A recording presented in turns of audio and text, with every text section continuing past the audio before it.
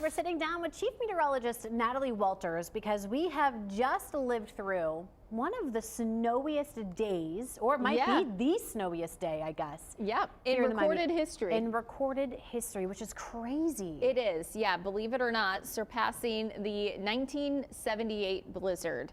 So I did want to talk about that, though, because I posted this and then I got a lot of comments that were kind of confused, like how it doesn't make sense. You see pictures from 1978 and it doesn't look like what we saw now. Right. But there were lots of differences. So taking a look, our number that we had, 12.4 inches of snowfall, previous record 12.2. And that was actually January 26, 1978. And this is the all-time daily snowfall record. So we beat the record for the day on the 25th, but we also have now broken the all-time daily snowfall record. So snowiest day in Dayton in recorded history. So here's a look at some of the differences, though, because you can see we saw 14 inches total out of this system, but the 24-hour total was 12.4 compared to 1978. They had 12.9. That was the total out of it.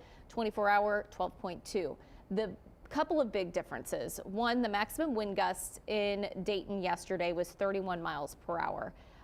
In 1978, 69 mile per hour wind gusts. So, I mean, that's a severe thunderstorm warning. I mean, to be considered a severe thunderstorm, you would have to have winds of 58 miles per hour or greater. So those are intense winds. They could topple trees over. Of course, they were without power for many days in 1978.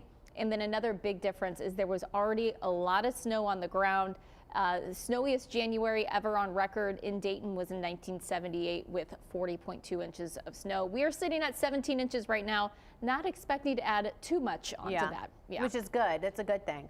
Very good thing. Yeah. Now, we did see some level 3 snow emergencies here in Montgomery County being one of them, which is pretty rare. And I was trying to remember, I've been here almost 15 years, and I don't recall ever Montgomery County going under a level 3. But I know that you said during the 1978 blizzard, this fun fact, I guess, is that I-75 was actually shut down for 3 days. Yeah, for 3 days. Yeah, that's crazy. They shut down 75. So you could think that's not impacting just those in Ohio. It's impacting all across the country. Exactly. Here's a look at some pictures. This is from the National Weather Service. You could see cars just buried in snow. They ended up using horses as alternative transportation just because there was no other way to get around. The cars stayed buried for a pretty long time.